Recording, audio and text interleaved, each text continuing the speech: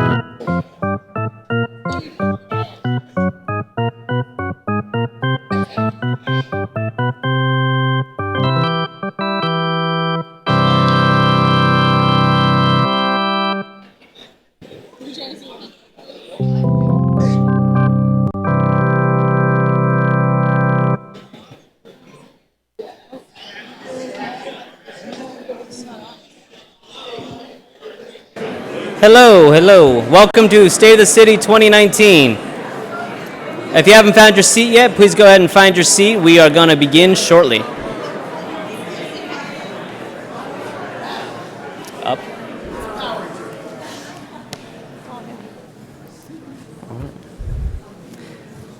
Thank you all for attending, and welcome to State of the City 2019 here at Maricopa Field at City Hall.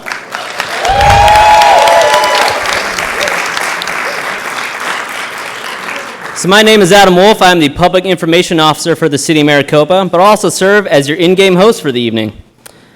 We have a great event planned for you, and we hope you enjoy it as much as we enjoyed putting it together. It really has been a good time. Of course, none of this would be possible without our sponsors, so please stand for recognition if you are here and a sponsor.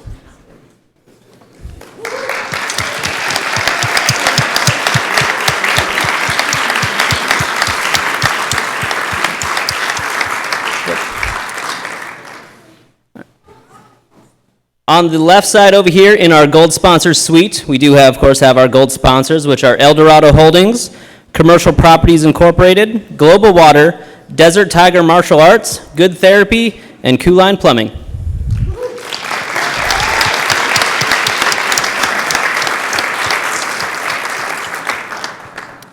Our silver sponsors include Emerson Enterprises, Ultrastar Multitainment Center, Maricopa Ace Hardware, Southwest Gas Corporation, Fitzgibbons Law Office, and Apex Motor Club.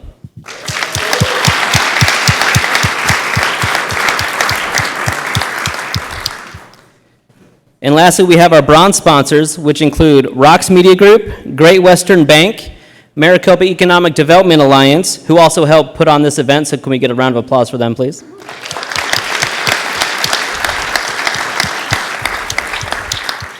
Empire Title Agency, Dignity Health, Electoral District Number 3, Orbital Communications, McLaughlin Air, Heritage Academy Maricopa, and Cactus Mountain Properties.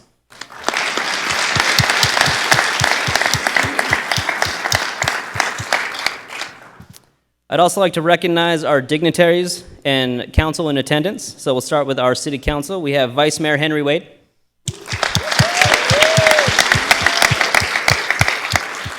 Councilmember Marvin Brown.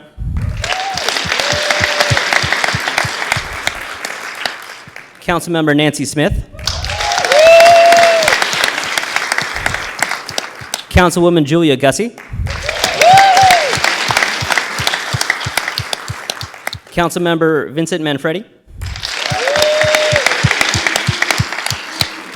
Councilmember Rich Vidiello. And City Manager Rick Horst.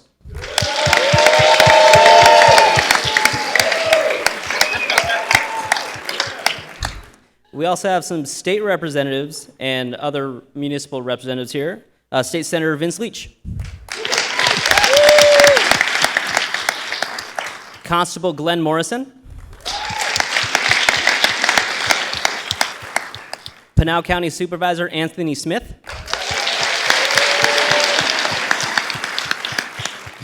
Maricopa Unified School District Governing Board Member Patty Coutre.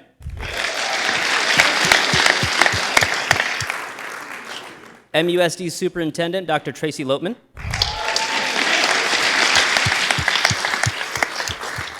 Vice Mayor of Queen Creek Robin Benning.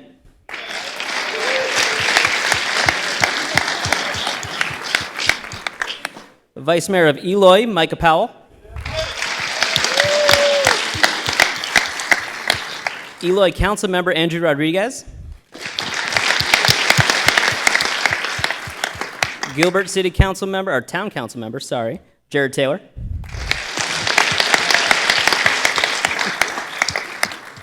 And Dan Miller from the Central Arizona College Governing Board.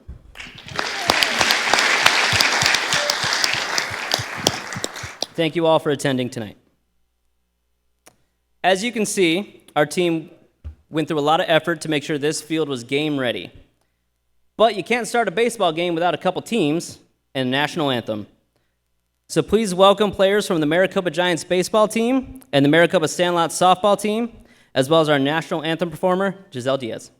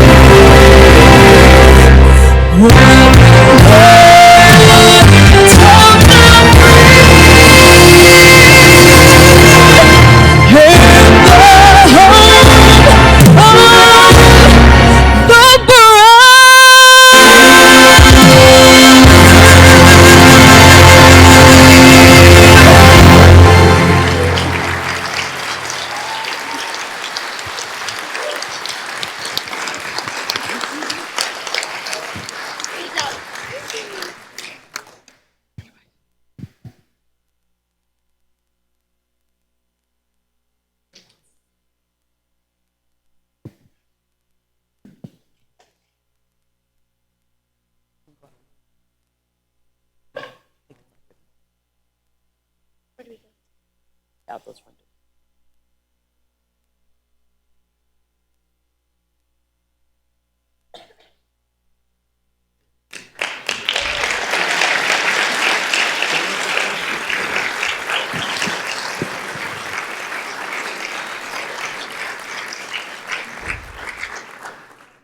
Bet you didn't think you were going to see a flyover in this field, did you?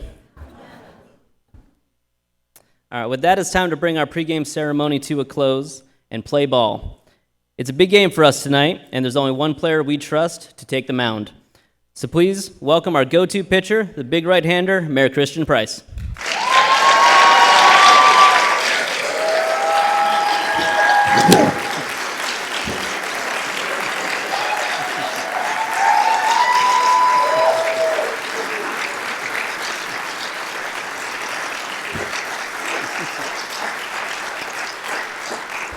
Thank you very much. You may be seated. So, you having fun yet? Yeah. Good. We got bleachers in here for you. We got all kinds of stuff going on tonight. So we're going to have a good time. We're glad you're here, and we're going to have some fun. So, you know, there's just something magical about going to a baseball game. The smell of the fresh-cut grass, the grittiness of the dirt, the cool breeze on your face, hearing the crack of a wood bat, the smell of that well-worked glove leather. And let's not forget the temptations of the outrageously unhealthy but terribly tantalizing concession stands. Did you find some of those out there? We built them just for you. I even heard the prices were pretty good. There was no price gouging here tonight, okay? So, you know, it's the experience of the whole environment. Of course, the energy that comes with being around so many cheering people. So tonight I say, welcome to the city of Maricopa's first ever baseball stadium. Well, it's the first one in our council chambers anyway. So to those of you in the cheap seats, well, they're all cheap because none of you paid to get in here. To those of you in the cheap seats, I hope you brought your stadium cushions because we're going to have a good time. You know, every year as I prepare the annual State of the City address, the staff and I brainstorm themes and the things we'd like to do to showcase all of the many accomplishments our city has done on your behalf. In the process, it never fails to amaze me that as we do this, how many little things remind me that we've made the right choice.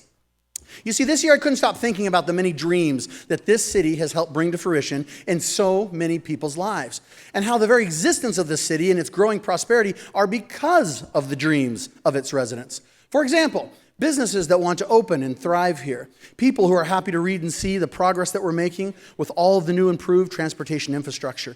New neighborhoods, new eateries, new retail establishments. I also saw a few posts out there in Facebook and Instagram world with some very colorful descriptive words of things they didn't like. Yes, I see all of those too. But as I stopped to ponder all this, you know, a phrase from a movie I saw a long time ago kept ringing in my ears.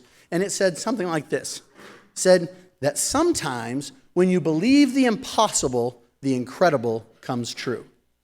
Now, of course, that doesn't mean that there aren't challenges and growing pains along the way. Without hardship and trial experienced first, very little in this life is ever truly accomplished. You see, our hardships today in this modern world, really more than anything, they're just inconveniences, and they're hardships of patience. We are very blessed to have such expansive conveniences in our daily lives, such as hot and cold running water, plentiful food, incredibly fast transportation, an entire world of technology and information and telecommunications right at our fingertips. Adding to these modern conveniences in today's Maricopa, there is so much more happening. Literally each and every week that it actually made it really hard to write this speech. You see, each passing week that went by, the city had new updates. We had new extensive progress to report. So I had to keep rewriting it just to get it all in. But even with my rewrites, I know they'll probably still leave things out. And for that, I apologize. But without further ado, welcome to our very first inning, and let's play some ball.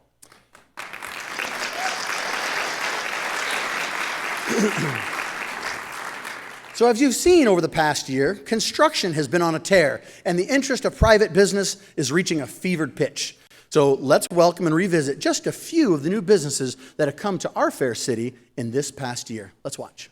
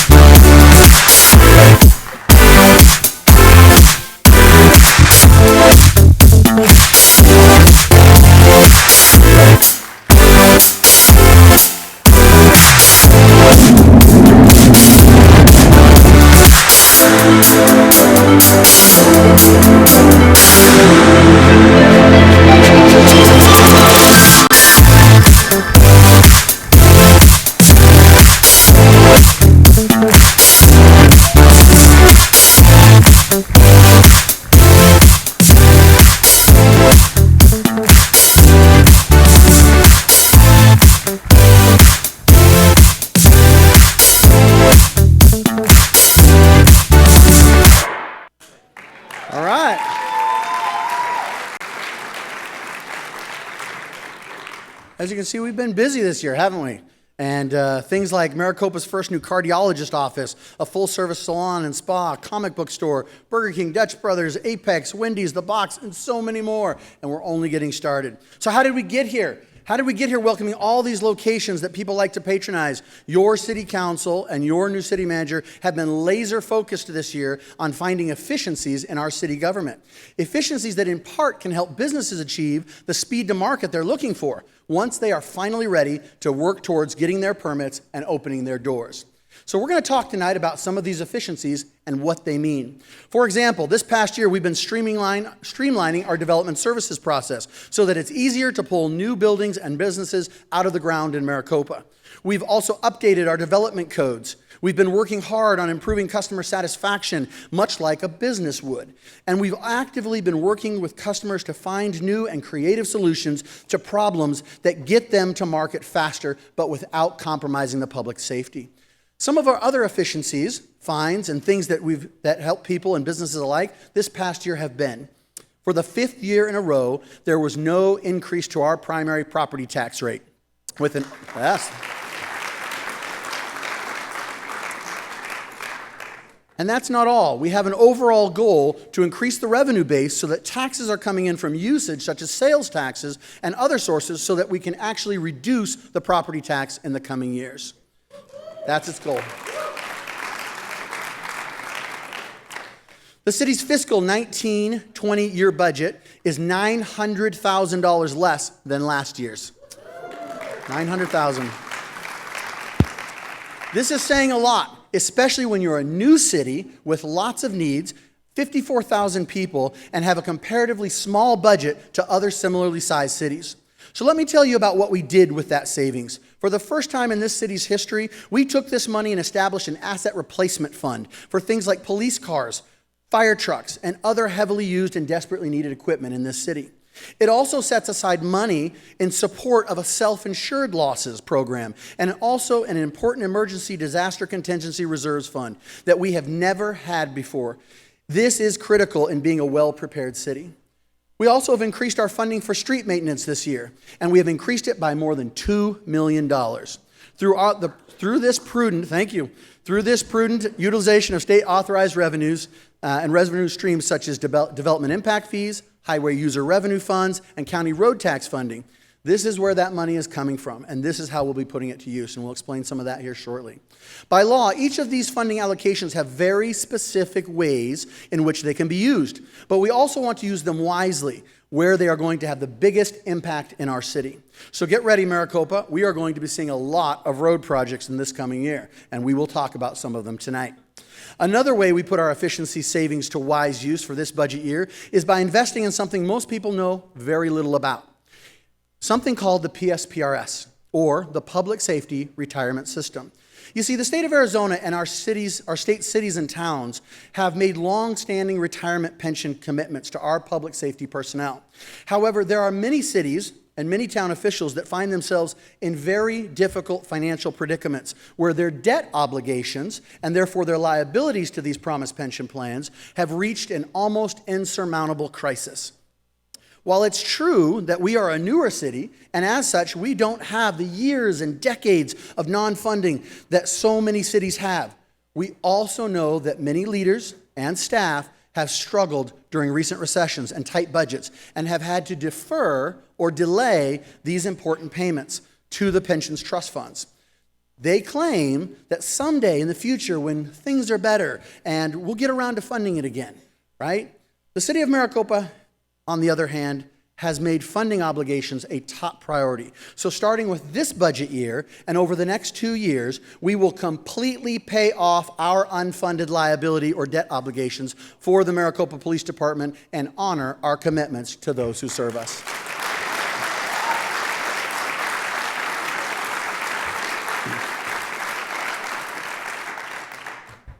To those of you that don't know, that is a really big deal. And it is a big deal for a lot of reasons because at the end of the day, there are cities all over this state that are struggling with this.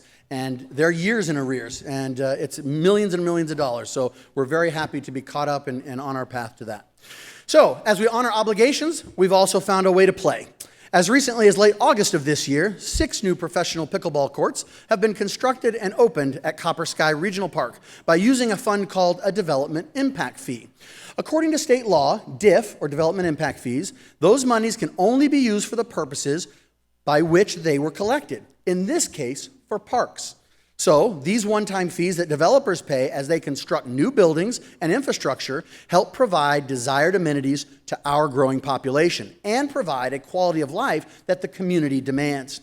By using these targeted specialty funds sources carefully, we can build and fulfill your wishes without raising taxes or spending more money out of the city's general fund, or in layman's terms, the city's checking account, i.e., your checking account. This year, Maricopa is proud to offer something creative, the very first of its kind, the very first in Arizona, or even across the nation for that matter, the very first municipal eSports league. These gaming leagues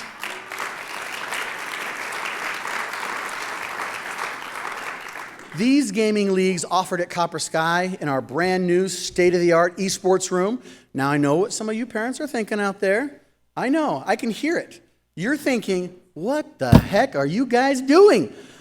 Why are you doing this? I want my kids out of the house, not playing video games, and out of my basement, right? I know that's what you're thinking. Well, as a parent myself, I fully understand. And in response to that thought, I want to share something with you. In a recent interview with KJZZ, our Director of Community Services has perhaps the most heartfelt, the most nurturing, the most intensely loving answer on what to think regarding your kids' gaming habits, and it goes something like this. I think the selling point to parents is, your kid is not a loser because they're playing video games.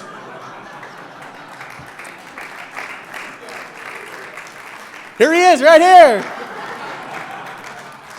We love Nathan. He's doing a great job. That was on JZZ. We had to put it in the stage, okay? Thank you for that incredible insight, Nathan. All right, all joking aside, we hear you, moms and dads, and that is exactly what we're doing. So listen up. You see, the reality is that if they leave the house, even for a few hours, our kids, they're going to find a way to play their video games. It's just a fact of life. And so as such, we are saying to you, let us help them and you by channeling that energy to play in a new, socially adaptive and creative way. Let me explain. These highly skilled yet technologically enthused kids are so often the outcome of their gaming surroundings. Typically, they're solitary, sedentary, unhealthy, and sometimes even pretty foul-mouthed. Shh, don't tell anybody, okay? But what we are accomplishing by providing a Maricopa eSports leagues and tournaments is we are getting kids out of mom and dad's house and or their basement and bringing them together to learn badly needed social skills, interpersonal relationships, and teamwork applications.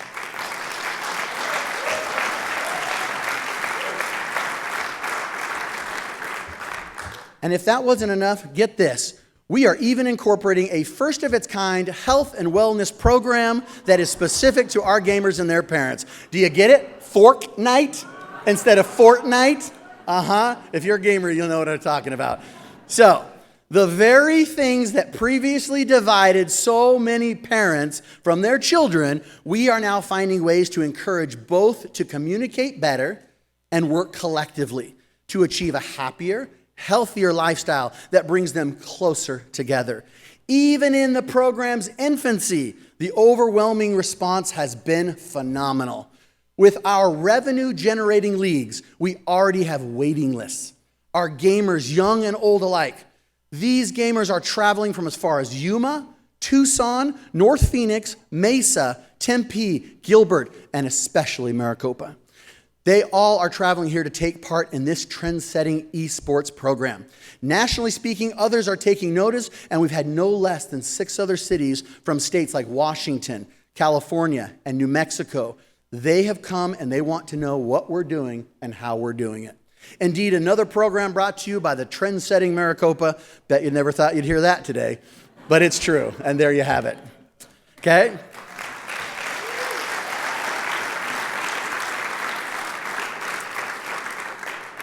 Now, we've been busy. We've also rolled out a new city website that incorporates many of the changes we've been making in the past few years.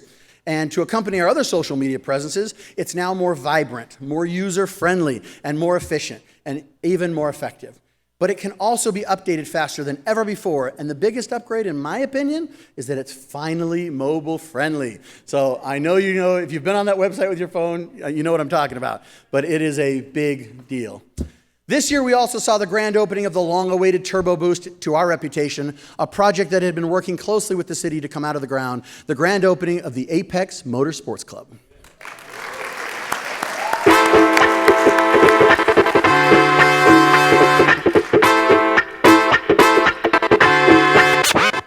Look out!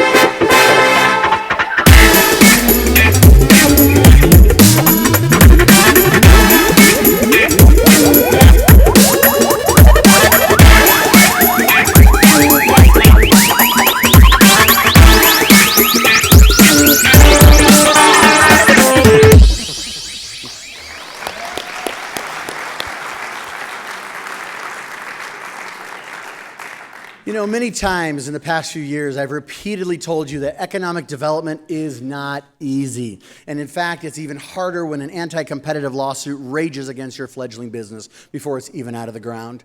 But the perseverance that Apex demonstrated paid off. And after not giving up and exhibiting lots of that famous Maricopa grit, they managed to win their lawsuit and move forward to construction of Phase 1, the competitive racetrack you just saw. Next comes the construction of Phase 2, with car condos, meeting rooms, a clubhouse, restaurants, and other amenities important to the business venture. We wish them well in their next round of endeavors and certainly appreciate them being good neighbors, excellent donors to our nonprofits, and overall, great new community members. We officially welcome you here.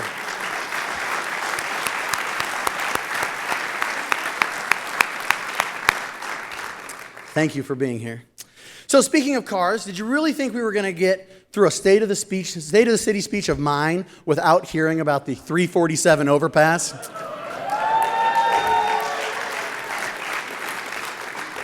Well, if you were waiting for that, you should attend next year, okay? We're going to talk a lot about this tonight and what a pivotal role this roadway has played. However, I'd like to officially announce that after 16 years of dogged determination and plain old Maricopa grit, and frankly just outlasting all those who wanted to tell us no until they basically finally gave us what we wanted, okay, we are going to finally see something that we've been waiting for. Today I announce that the 347 Railroad Overpass project will be officially completed this week.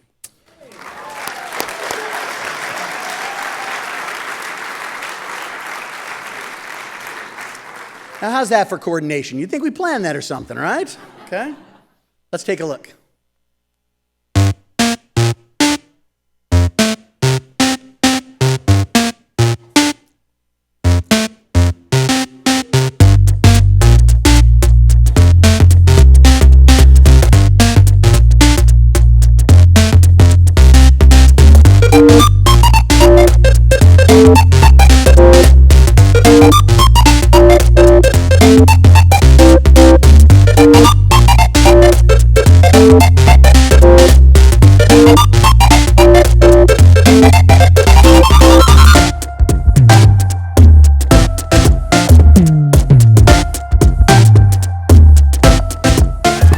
To Maricopa, you're building a roadway of this size and this structure. It takes a lot of people, and I really want to stop and thank everybody, both past councils, current council. I want to thank our staff. I want to thank the Federal Highway Administration, ADOT, Pinal County.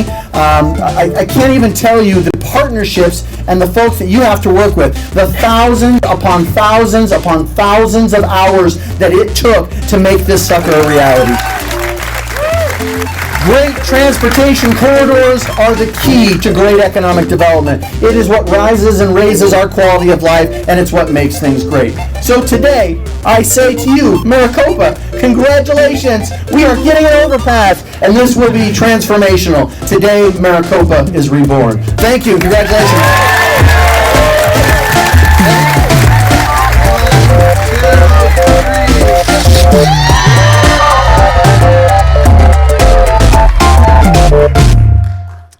So, congratulations. You've made it to the bottom of the first of 4 innings.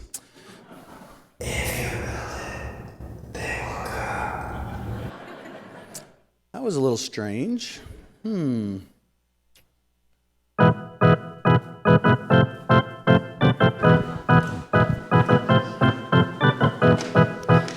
that was a great first inning. Maricopa certainly accomplished a lot over the last year, but now we're going to see what our local coaches can accomplish in a minute to win it challenge. Let's go ahead and meet our contestants. Mike Odell, Maricopa Sandlot. Chad Hansen, Maricopa Giants. All right, so we got baseball versus softball. We're going to see how it goes. So, rules of the game. Ellen is going to place an Oreo on your forehead. Probably going to want to remove your hat. You have 1 minute to get as many Oreos in your mouth as possible without using anything but your face muscles. Questions? All right. All righty. You ready? Ready? He's ready. No, no. Yeah. Ellen's got it. Here we go. Ready, set, go. There's one. He's got one. There's another tied. Make some noise if you want a plush toy. Come on. Get excited.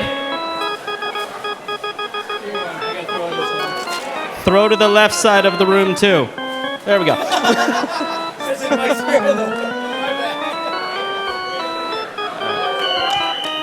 That's game. That's game. How many Oreos do you have left?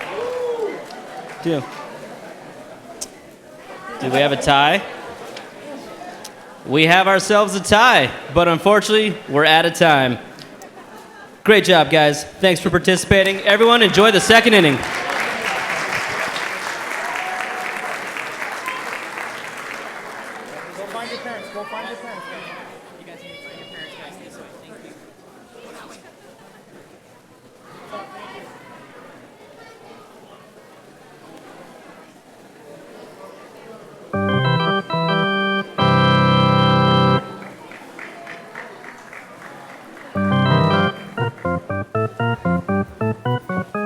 I haven't seen anyone. You know, I haven't seen anyone doing the wave yet. I hope to see that tonight, okay? There we go. There we go. Excellent. Thank you. Come on, it's a baseball game, all right?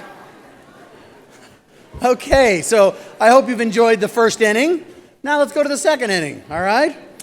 Man, those kids have some arms on them, and I know they spend a lot of time on the practice fields getting arms like that, but soon you can too. You can get into shape and you can get pumped up. And I know this because currently under construction here in the city of Maricopa is Arizona's first and only official outdoor fitness court at our very own Maricopa Park. This new court. So let me tell you a little bit about this court. This new court is community funded through sponsorships and the CIP and grants. Sponsors include local businesses like 911 AC, Courtney Tyler State Farm Insurance, and Ace Hardware. And it's currently being constructed by our very own Streets and Parks crews. These simple but amazing outdoor fitness courts have their roots in helping veterans and first responders, but are open to all to use and come with an accompanying free downloadable fitness app. You may also know that because Maricopa is the only city in Arizona to champion an annual citywide fitness challenge, then it stands to reason that we would take it to the next level by participating in this fitness movement sweeping the country. And it's open to anyone wanting a powerful workout. Let's take a look. We're changing the way America thinks about fitness. With 200 fitness courts open, our campaign is growing. From college campuses to city parks and trails, we're bringing free fitness everywhere, and we're just getting started. Hi, I'm Mitch Menadjid, founder of the National Fitness Campaign. National Fitness Campaign was founded in 1979 when we opened the first fitness court. Redesigned for the 21st century, the fitness court is the world's best outdoor gym. Our 7-movement, 7-minute system allows you to use your own body weight to get the perfect workout. Easy or hard, it will work for you. Our goal is to build healthy communities by making outdoor fitness an essential part of people's lives so that each day is better than the last. This year, 2,000 certified ambassadors will be trained to deliver classes, challenges, and clinics as part of our national fitness campaign. We'll also be hosting training camps on college campuses across America. The Fitness Court mobile app is your gateway to enroll in these programs, learn the moves, and take challenges as we dig deep to create impact for our partners across America. NFC partners and sponsors are providing $30,000 grants to 250 qualified cities and colleges in 2020.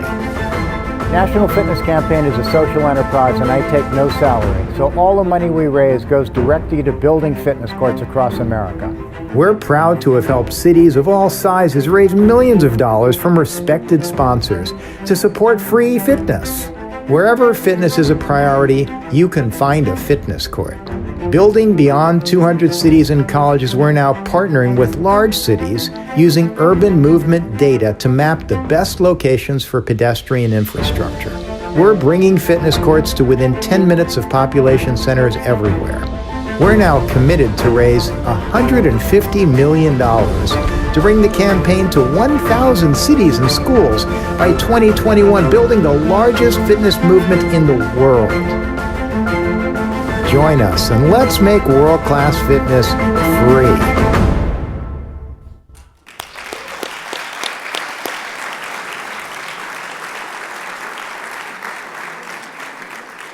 There's no more excuses, Maricopa. You can all join the fitness challenge this January. Congratulations.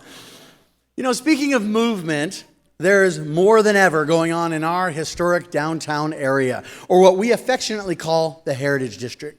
Since the day I moved here 15 years ago, I always wondered what it would have been like to actually witness our California Zephyr rail car being lifted up off those tracks and moved to its resting spot to become Maricopa's new official Amtrak station, ticket station.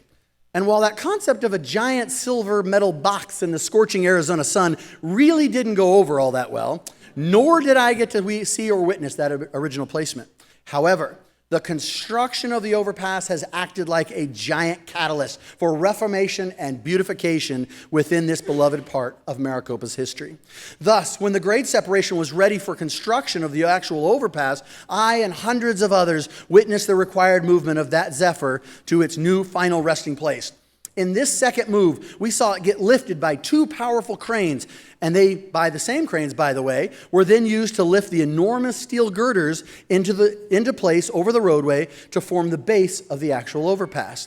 Then this massive train car was placed on a giant transportation truck, and it was moved about 1.5 miles up the road, and then gently lifted into its new permanent spot at Heritage Park. Now, I'm not sure why, but witnessing this little piece of Maricopa's new history firsthand really left a mark. And I'm pretty sure that it's something that I'm never going to forget as long as I live. But with that movement, it has started a chain reaction of loving improvements that will begin to take shape over the coming months and in the coming years in this glorious area of our city. Also in the Heritage District, we recently secured CDBG, or Community Development Block Grant funding, from the federal government to make badly needed improvements to our Heritage District's infrastructure. These improvements will provide new enhanced lighting, landscaping, sidewalks, streetscaping, park improvements, trails, and so many more things that they have been without as a founding Maricopa neighborhood. Keep your eye on this area, folks, and mark my words tonight. For in the coming years and decades, I envision that it will become one of the most beautiful and thriving areas of our city.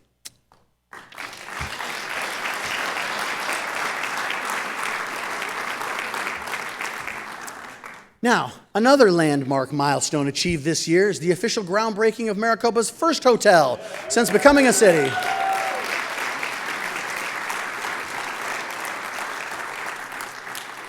Since we became a city in 2003, it will be located at the Copper Sky commercial property. The land the new La Quinta Hotel will sit on was purchased from the city by a private developer after establishing a master plan for the entire site. While it took almost 16 years before a hotel developer could see the vision and the needs that existed here, the construction of the overpass made this opportunity just too good to pass up. And while so many people out there in Facebook world doubted we'd ever even have one hotel, I always said that the challenge was being the first. And that after the first one breaks through the proverbial glass ceiling, there would be others right behind it. Well, folks, true to form, there are at least 2 others nipping at its heels.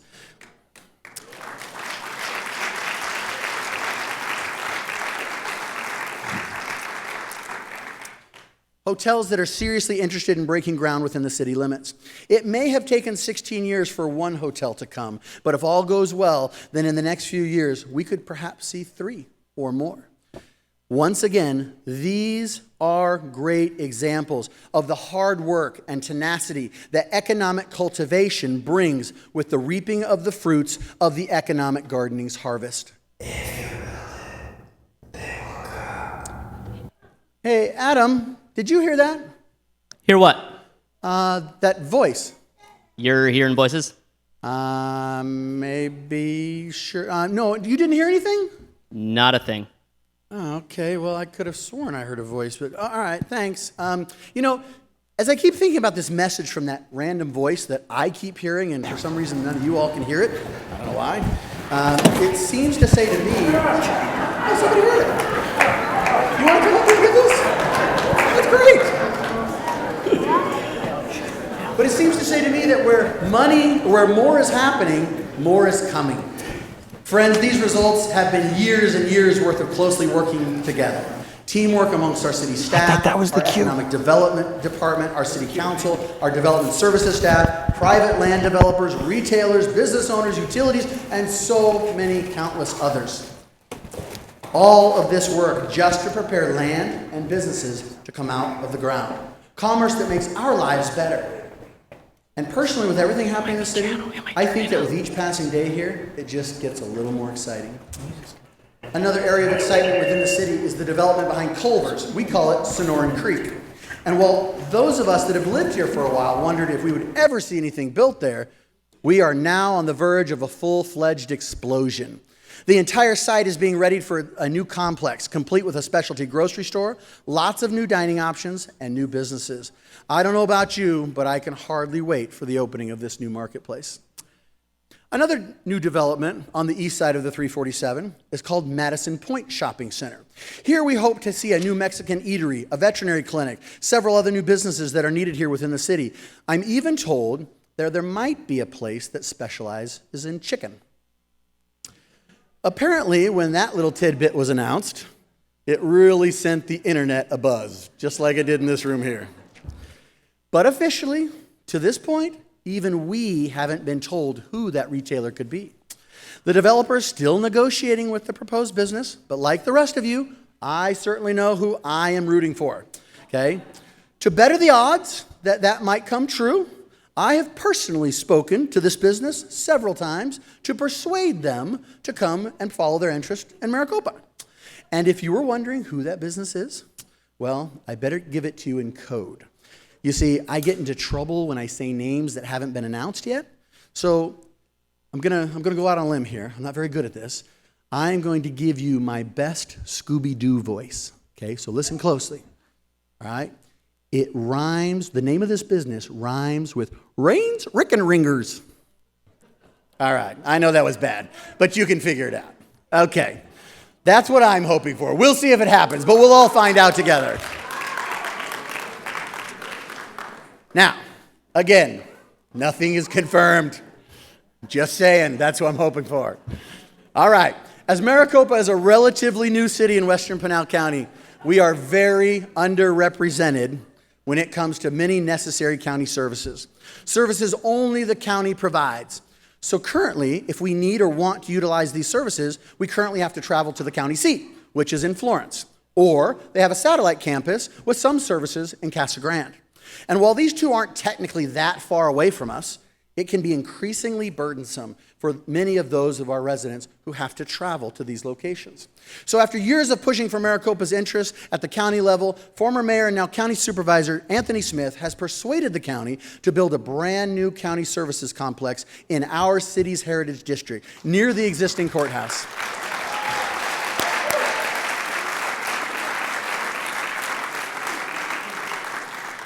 I don't know about you, but these improvements cannot come fast enough. You see, here in Maricopa, we use what is known as a co-located court, wherein we use our elected justice of the peace for the local county district and also the city's magistrate judge for the city's court, okay? This system of judicial co-location and the cost-sharing agreement between the city and the county saves the taxpayers in our region millions of dollars by not doubling up on staff, space, buildings, resources, and judges.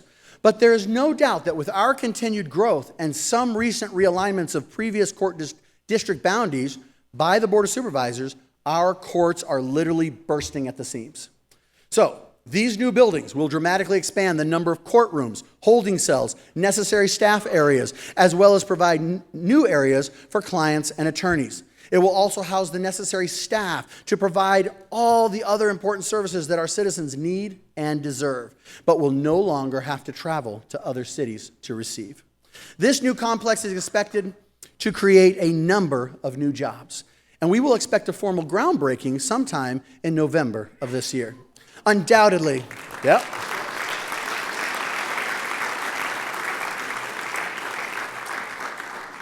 Undoubtedly, these new buildings will represent a very large investment in the city and a big boon to the Heritage District's reformation. So on behalf of the city of Maricopa, many, many thanks to Supervisor Smith, the full Board of Supervisors, and of course, Pinal County for their investment in our city.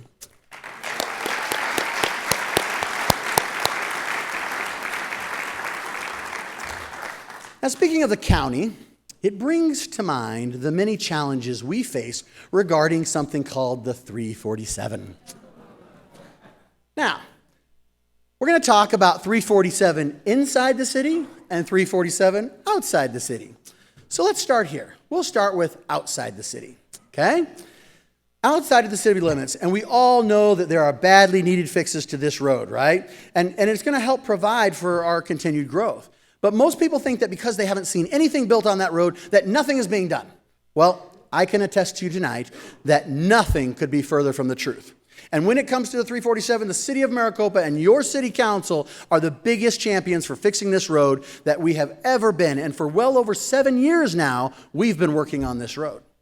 We foresaw then the many problems that were coming down the pike, with all the new residents that would fall in love with this city and continue to move here. We knew then changes would have to be made, and we are making huge headway in this arena.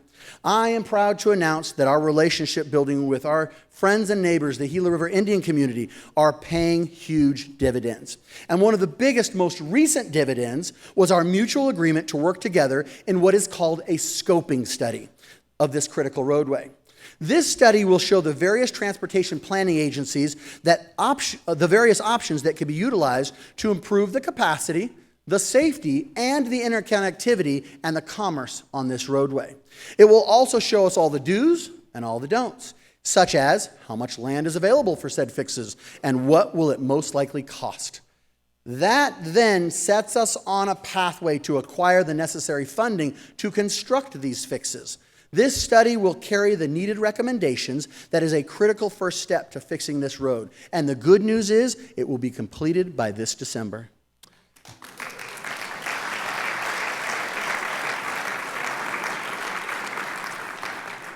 I cannot stress enough how important this first step is in the process of fixing the 347. We are grateful to our partners such as the Gila River Indian Community, MAG, and ADOT in this joint endeavor. While we are making amazing strides forward, there is so much more work to do, and it's ahead for us in this fellowship in order to achieve the solutions that we all desire.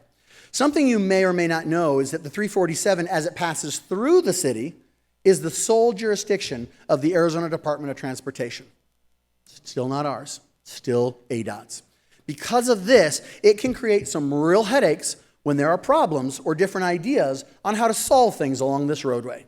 For some time now, myself and the city have been diligently working towards an intergovernmental agreement, or what's called an IGA, okay, within the city limits. We have been pursuing this in order to beautify and increase the efficiencies that we can do here locally, versus having to wait for a state agency like ADOT to respond from the Phoenix metro area. Waiting on them to come to Maricopa and do something that we could have done for ourselves simply saves taxpayers time, money, and also increases efficiencies in government. Let me give you an example. 2 years ago, this past August, there was a little incident along the 347 right near the entry to Rancho El Dorado. We had a truck carrying a hazardous substance overturn right in the middle of the afternoon rush hour. Any of you remember that? Okay. Within about 30 minutes, we had Maricopa Streets crews out there and had the entire thing cleaned up in a jiffy, okay? However, due to outdated processes, government jurisdictions, and legal wrangling, we then proceeded to have to wait until an environmental cleanup crew was dispatched from Phoenix to certify that the job we did was done. Are you kidding me? That's ridiculous. But for the next 8 to 10 hours, our commuters returning home from a long day's work had to experience the joy of sitting in absolute deadlock traffic until this ADOT crew arrived just to say, yeah, it looks clean. That's government at its best right there. Well, that's what we're trying to fix. Remind me someday to tell you about the terribly funny stories or phone calls I received that afternoon. Whew. I have them saved. I'm going to write a book with them someday. So immediately after this event, we used the government connections that myself and this city have been cultivating for the past 7 years at ADOT. And I scheduled a meeting with the State Transportation Board Director, the State Transportation Director, to get a few things ironed out so that unfortunate events like this will hopefully never happen again. Taking advantage of this precious FaceTime with the State Director, we figured it would be best to, use this opportunity to get a few other really important things addressed as well, right? So here's just a few of them. First off, we got them to agree to what is known as a new agreement containing a city's first right of refusal for incident cleanup and situations just like I described, okay? That's a big deal because now we don't have to wait for them to come to us. We can get this done, certify it, and move on. With this new IGA, we also now have the authority to put in nicer streetscapes and landscapes in the medians along the 347. And we can begin to add art components such as banners and other art along the roadway.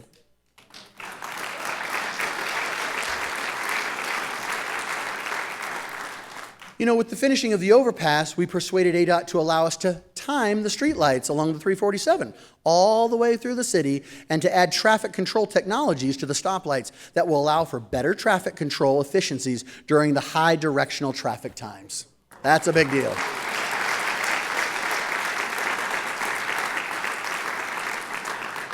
And that will be coming this year. This agreement will allow us to add better pedestrian connectivity. And while we were there, I decided to throw in a little personal pet peeve of mine. I wasn't going to miss the opportunity. So, that little green sign along the I-10 and Queen Creek Boulevard that says Ak-Chin Community and Maricopa? Well, you've all seen it. There it is. You see, we've all seen this sign, but it's only served to confuse everyone and that they think that, well, I'm still in Maricopa County, right? Because that's where they've come from. Well, we decided that this just needed to be fixed, right? And so, has anyone ever in here wanted to see it say City of Maricopa? I know I have for the last 15 years. So guess what? We're getting a new sign.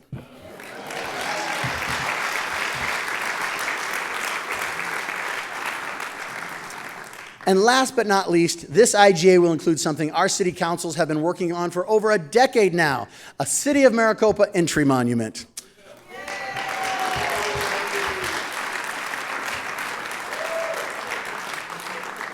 While we are making real headway with finally achieving this new welcome structure, we still have some bugs to work out before it's ready to go to construction. But we want you to know that the beautifying of our city and distinguishing it upon entry is really important to our brand and our quality of life.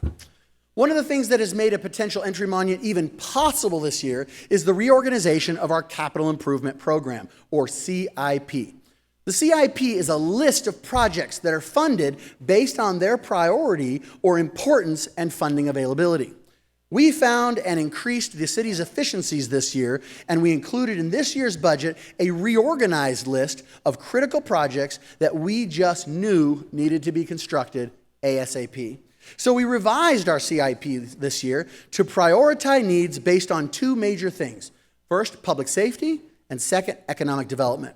By doing it this way, it has increased projects which will both beautify the city and provide transportation corridor improvement that directly leads to accelerated economic development. As such, you will see lots and lots of construction this year on many of our roadways throughout Maricopa. And many of these projects are projects that our citizens have been requesting. So for example, we'll be implementing this year a new flood warning system, something that we've not only never had, but if you know Maricopa's history, it could be critical to our safety and well-being. This year, we will have a $325,000 investment in our traffic and infrastructure system, where we will be constructing a new traffic signal at the critical intersection of White and Parker and Honeycutt.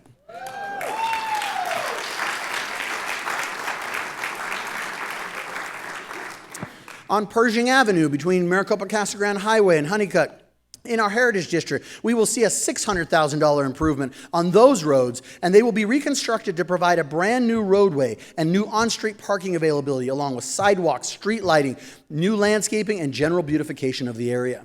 Soon you will also see construction start to take place near and around Walmart. As you do, you will see the addition of a new roadway called Shea Way, which will be extended to Porter Road through the newly planned development for that area. This will be a roughly $700,000 roadway investment and will be built by the developer along with the rest of the project during construction. Maricopa Casa Grande Highway will be widened from Porter Road all the way to White and Parker. This is a $5.5 million project. And the best part, $5 million of that is coming from the feds. Yep. So, your city will be ponying up $500,000 coming from us.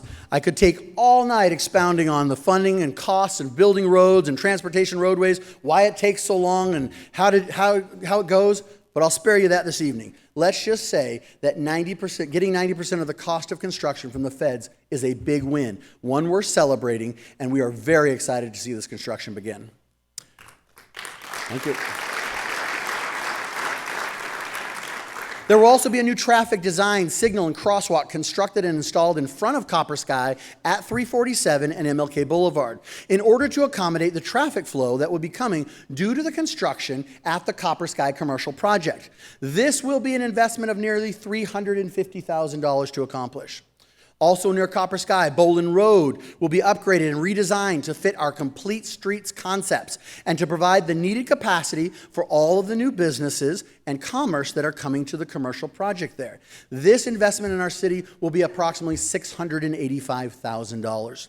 As I mentioned earlier, in negotiating the IGA with ADOT and the recent overpass construction, and in coordination with our partners like Maricopa Unified School District, Orbitel Communications, ADOT, and the city, we have been laying fiber optic networks in the roadway to help provide the needed technology to move us forward in our Smart Cities initiative. Yet by doing this, we will be simultaneously providing for a better quality of life for our drivers and commuters as they traverse our roadways. In short, these technological additions will allow for better timing of our lights up and down the 347 this year, as well as connecting roadways throughout the city, Over the next several years, we will be investing over $1.2 million in making your driving life through our city easier. Also in the next few years, we will be constructing several low-water crossings, which should allow for all-weather vehicle passage in places like the Rancho El Dorado Loop, right?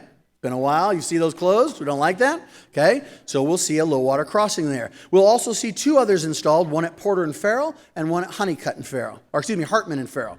Coupled with these additional pavings and roadway constructions, these avenues will become important thoroughfares and significant traffic relievers. You know, there is so much more on the horizon and so many more road and infrastructure projects I could share with you this evening. But I just wanted to give you a little taste of what is coming. So be patient while it's under construction, knowing that when it's finished, your life and your driving experiences will be much faster, safer, and less stressful than existed previously.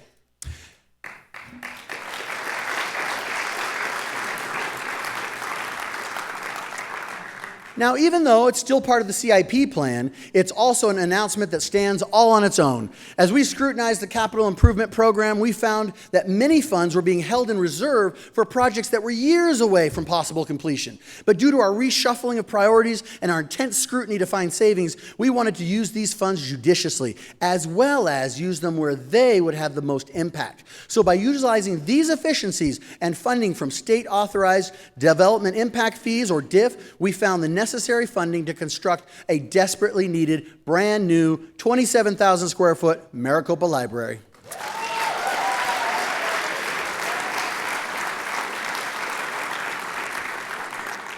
You know, this new expansive, much improved library will have larger meeting spaces, mobile computers, study areas, tons of new shelving for books, a greater focus on technology, performance areas, and the list goes on and on. If the timeline holds, we anticipate construction to begin in late January or early February of this coming year, 2020, with a 10-month build time and completion date near the end of 2020.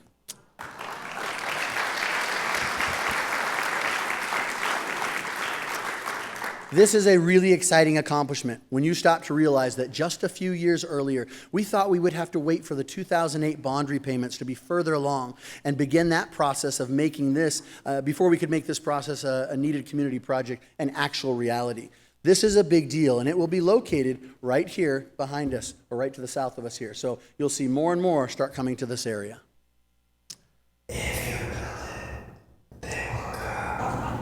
Where is that coming from? It's killing me. Well, everyone, you've reached the bottom of the second inning. Are you ready to start the third and find out even more about what's going on in Maricopa?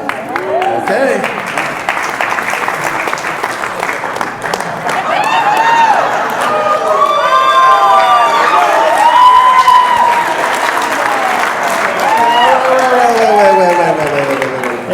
Wait. What?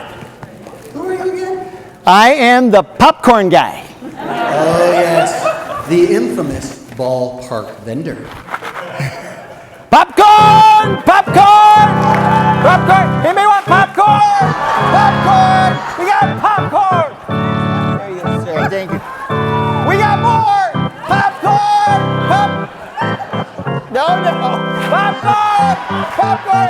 There you go, ma'am. There's some for you. All right. Okay.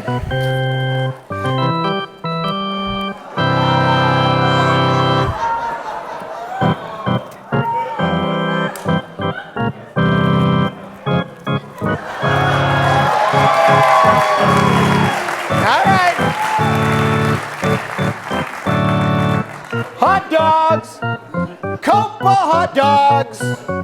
What kind of kids eat Copa hot dogs? Fat kids, skinny kids, kids that climb on rocks, mean kids, sissy kids, even kids with chicken pox. All right. That reminds me of another song. All right.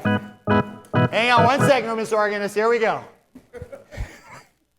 Oh, I wish I were an Oscar Mayer. No! This is a family show. Hot dog. All right, here we go. Let's try it again. Oh, I wish I were an Oscar Mayer hot dog. There you go. For that is what I'd truly like to be. For if I were an Oscar Mayer hot dog, everyone would be in love with me. Okay, hang on. All right. Oh, I wish I were a Maricopa fireman. Nah. Okay. Oh, I wish I were the Maricopa mayor. For that is what I truly love to be. 'Cause if I was the Maricopa mayor, everyone would be in love with me. There you go.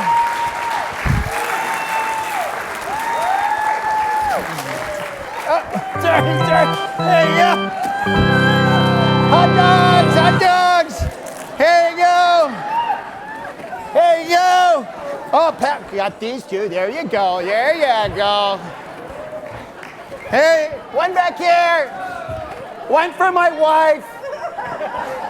There you go. Goodbye, everybody. Hey, let's go fishing again.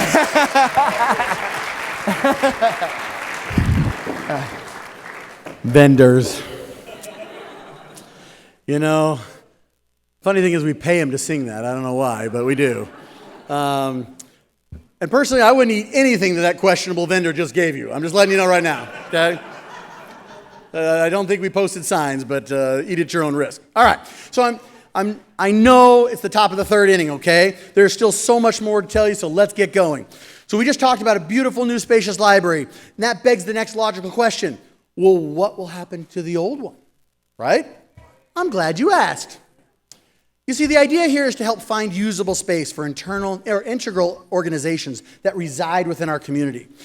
The plan will be to start with the old library. You know, this building that we currently call the Veterans Center. This is kind of, just so you can follow along here, this is kind of like going back in your family history, and this is your great-great-grandfather or your great-great-great-grandfather, right? So we're going to talk about this as the old library. Okay, now you with me? Good. So the old library soon will begin working with the Maricopa Historical Society and we will begin working with them to moderately remodel it so that their new location can be adjacent to the historical Zephyr train that they now own.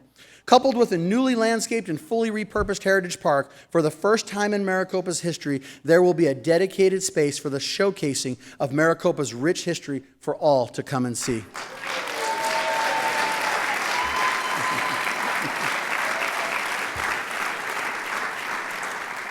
Let's not forget that the Heritage District will once again benefit from all of this beautification and improvement. Then we will repurpose and remodel the current library, right? So now it's the old library, all right? The current library to have 3 new uses. Use 1, it will consist of a space to house a Maricopa Senior Center.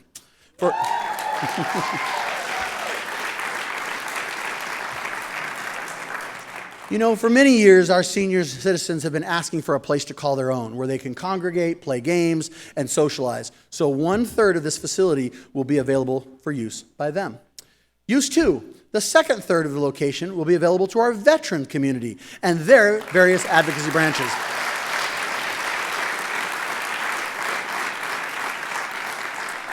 You know, this new and improved space will help them provide the necessary services, socialization, and camaraderie that accompany those who have served our nation. Use 3, the final third, will be used as a much-needed meeting space for our community to gather. Whether it be citizens needing space to support the arts, or people combining the classes of higher learning, or even an assembly space for service-oriented organizations, this new space will do all of these and more with the flexibility and creativeness that Maricopa has become known for.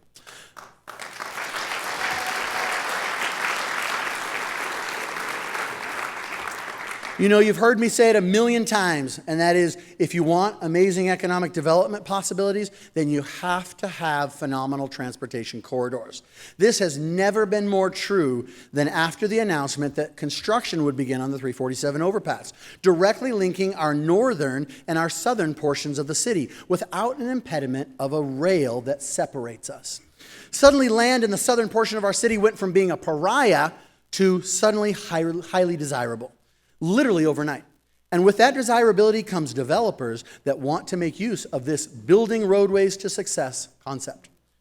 With these new roadways, developers have seen the light for opportunistic success by bringing things to Maricopa that have never existed before, by working jointly with developer Shea Connolly in a master plan format, the Copper Sky commercial property, which is currently dirt, Within the next 3 years, it is going to transform into a mixed-use complex with new restaurants, senior living, and memory care facilities, Maricopa's first parking garages, state-of-the-art apartments, and all new retail and shopping establishments with a featured walkability factor that ties the development together.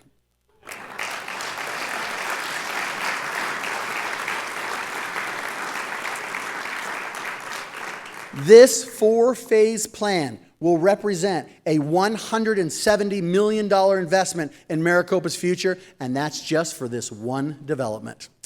All of our new developments, this one is perhaps the one that I am most excited for, mostly because it will add a new diversity of uses to our city. And it will have a total annual economic impact of over $221 million in its first 10 years of operations here in this city.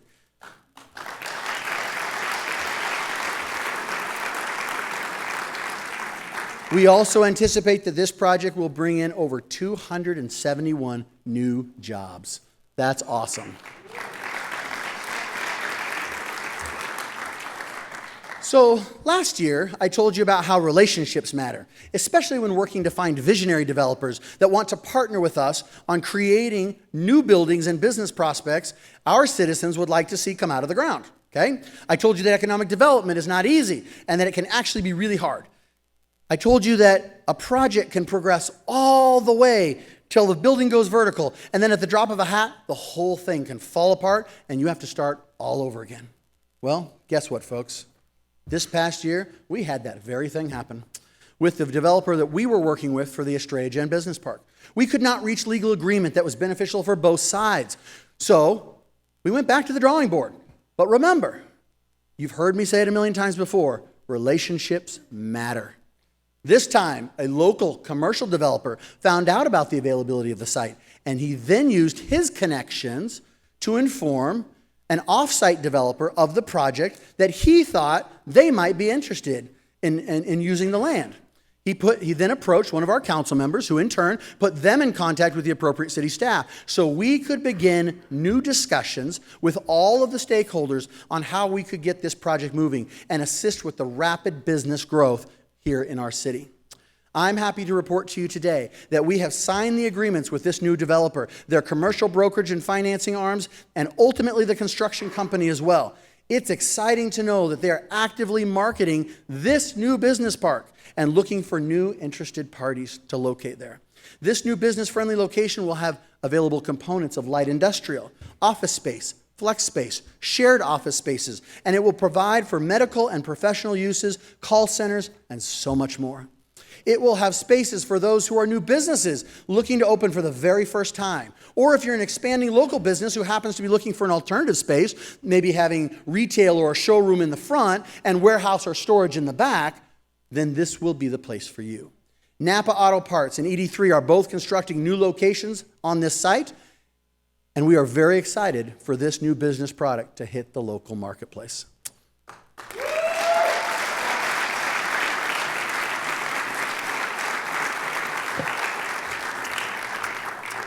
You know, as you know, several businesses this year were displaced by the overpass construction. And one of those ensuing casualties was of this major road improvement was our very own fire administration staff. So in July of this year, we broke ground on a new fire administration building. The good news is, that because of its untimely displacement, ADOT is helping to pay almost 60% of the relocation costs.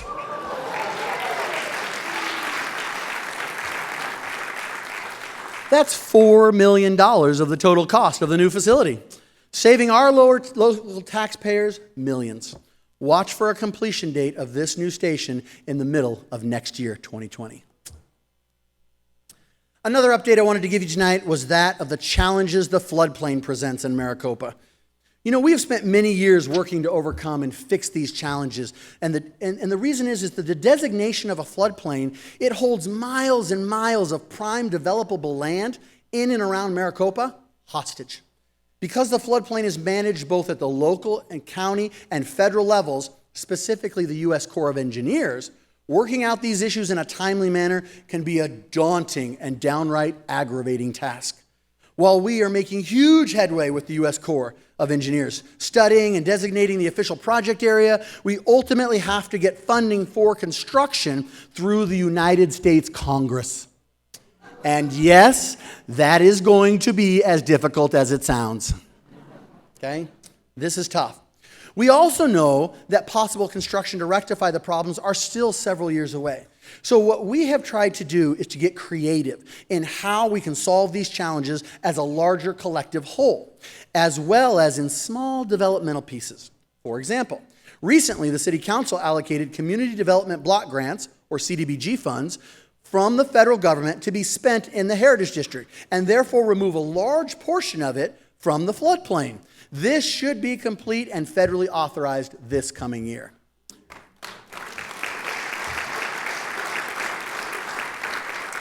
This is really important because by removing an area from the floodplain, it immediately helps the citizens of that area with the possibility of development, improvement, and revitalization. It also allows our citizens to save money on mandatory flood insurance and once again makes it a choice for the consumer.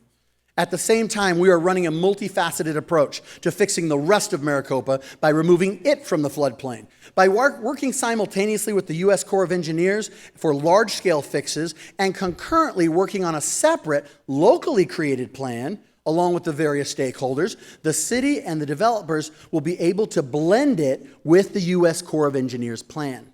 That way, together, we can significantly speed up the process and get Maricopa homes and businesses out of harm's way and protect all of our livelihoods and quality of life.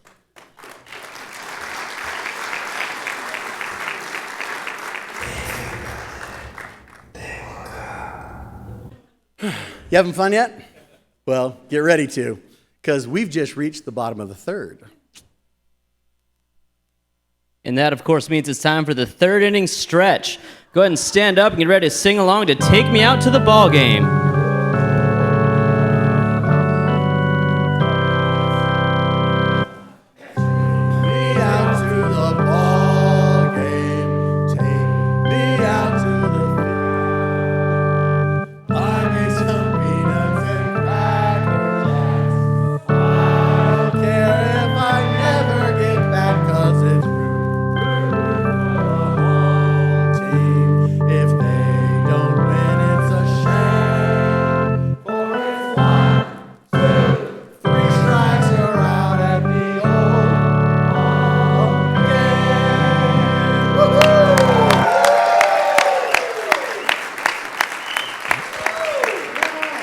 Great job, everybody. Get ready for Mayor Price to close this game out.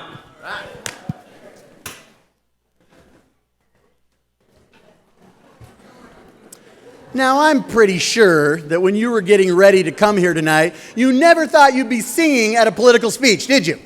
Yeah? I know I'm right and you know I'm right. All right. But there is a first time for everything.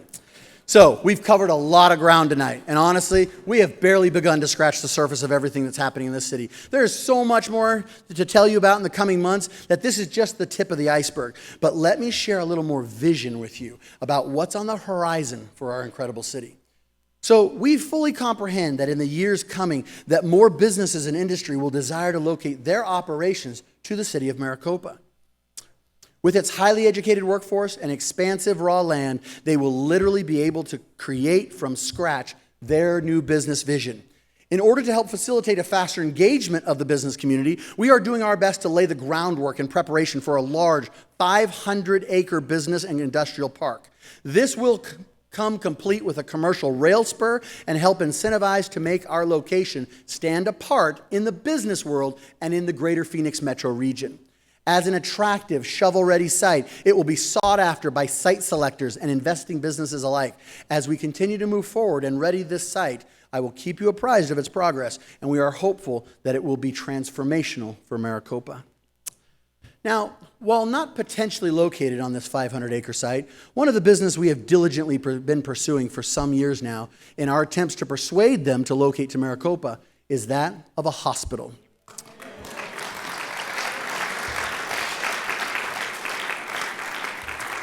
You know, the hospitals of today are not like they once were. for a lot of reasons. But the fact of the matter is that they lack the federal incentives that they once had to build and construct new infrastructure, especially in rural areas. These previous incentives made them more palatable in risking financial exposure to any given new area, especially an unknown area, one that was untested and untried before. However, those days are gone.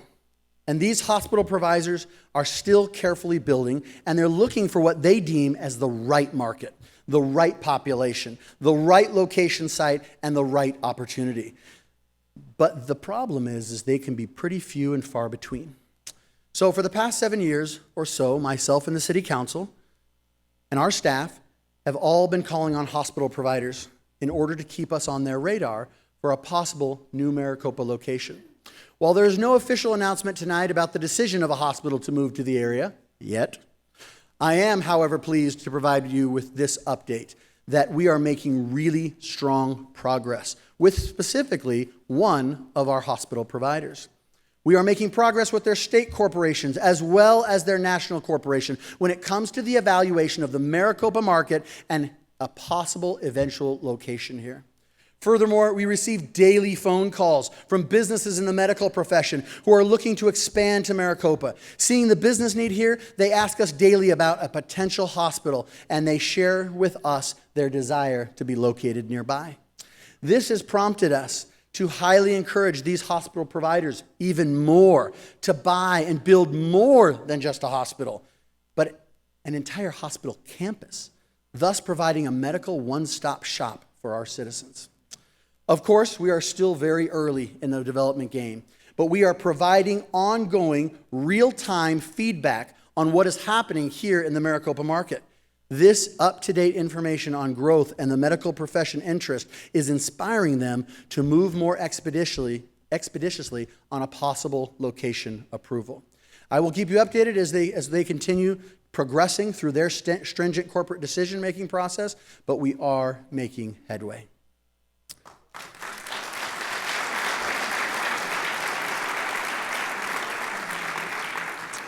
Now, if you have your programs, would you turn with me to page 4 of your programs? And if you don't, that's okay. We'll put it on the screen behind you here. Here, you'll see some of our stats over the last few years regarding our new annual housing permits. These numbers continue to skyrocket, and this trend continues to rise even in 2019, with a record-breaking month this past July when we had 148 new single-family home permits. This place is exploding. You know, as a clarifier, most of you know that the city issues building permits based on really two requirements, two things: the zoning regulations that you, the voters, approved, and protecting the public safety. That's it. Residential and commercial growth happens because a landowner feels as though they can make money from a development, so they take the risk. Whereas a resident can find an exceptional quality of life from these new developments, and thus they assign a value to the area accordingly. Thus, both are edified and enriched by the arrangement, one by developing and one by locating to the area. You know, with Maricopa's increasing population and commercial enterprises, the need for our little post office to change is also upon us.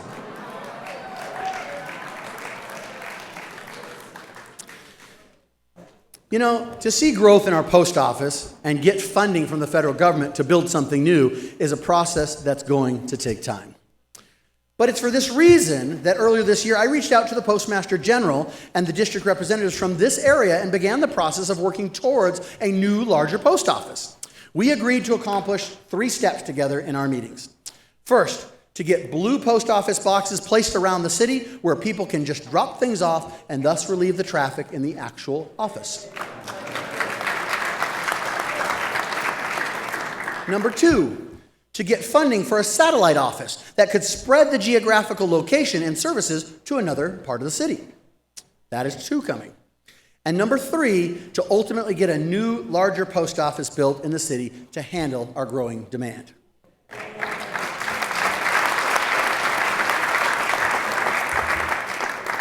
And while I started this a few months ago, I just heard back this past Sunday from the district manager that he is working on all of these, and he wanted to inform me that we're making really good progress through the system. Now, if you were listening closely, perhaps you're thinking, wait a minute, how did he hear about that on a Sunday? Well, it just so happens that one of my contacts in the district manager's office is a friend of mine from high school who has willingly agreed to be a constant and pressure-providing advocate for us to help us get what we need here in the city of Maricopa. Remember what I always say? Relationships matter.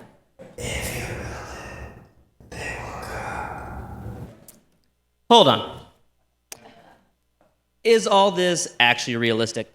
Well, of course it is, Adam. I mean, just look at all the information and the growth we just talked about. There's even more on the way. How can we do more? We've already done so much in the last year. Can we really keep this up? Will people actually come, or is it just a dream? Well, you know, we've come this far, and we've put so much work into it, but you have a point. I wonder if when all is said and done, if people will actually come. Mayor, people will come.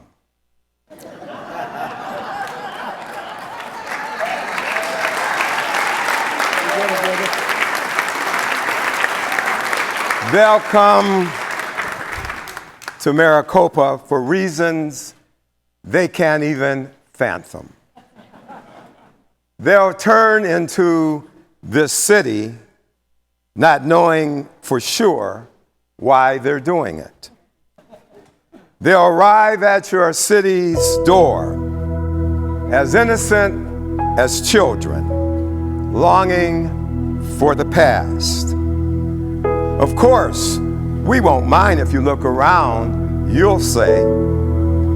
Its only cost is the establishment of a family home or the building of a new business. And they'll settle here without even thinking about it, for it's money they have and peace they lack. And they'll walk off to the bleachers and sit in their short sleeves on a perfect afternoon.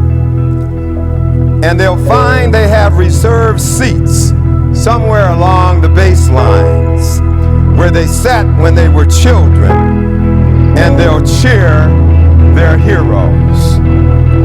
And they'll watch the game, and it will be as if they dipped themselves in magic waters. The memories will be so thick that they'll have to brush them away with their faces. People will come, Mayor. The one constant through the years, Mayor, has been this city. America has rolled by like an army of steamrollers. It's been erased like a blackboard, rebuilt and erased again. But the game of baseball and the building of America's cities has marked the passing of time. This city, this field, this game is part of our past, and it will be part of our future, Mayor. It will remind us of all that once was good and that it could be again. Oh, people will come, Mayor. People will most definitely come.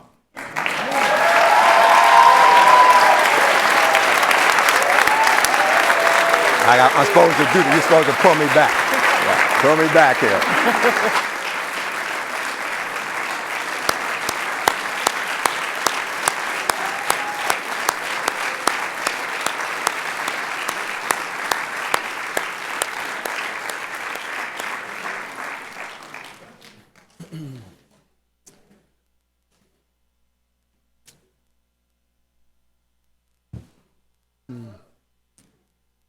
You know, he's right.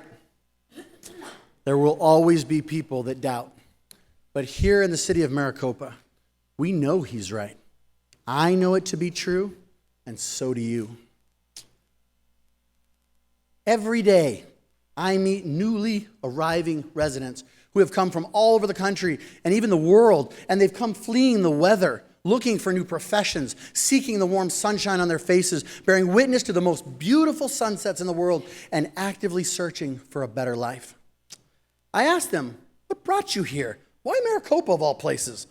And almost all of them tell me the exact same thing. After we visited Maricopa, we just fell in love with the people, the area, and especially the city. I don't know if I can put my finger on it, but we just love it here, and we're never leaving. After personally witnessing this firsthand, I have come to believe that many of our friends and acquaintances will soon begin to turn to each of us and say pensively, "It's so beautiful here." Well, to me anyways, it's like a dream come true. And then after a long moment of thought, you know, that moment where you stay and you linger just a little longer to fully consider the depth of their statement. And while you are contemplating it, they will then ask you one more question. Is this heaven? To which you will answer with a smile on your face, no, it's Maricopa.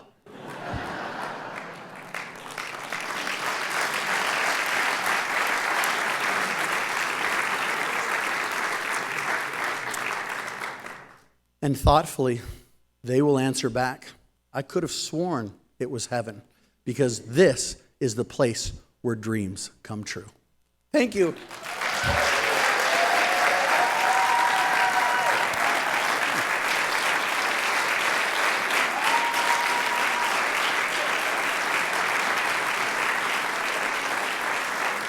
We hope you had fun tonight. We hope you enjoyed our baseball field. We have baseballs for you on the way out. Thank you for being here. We'll see you again next year.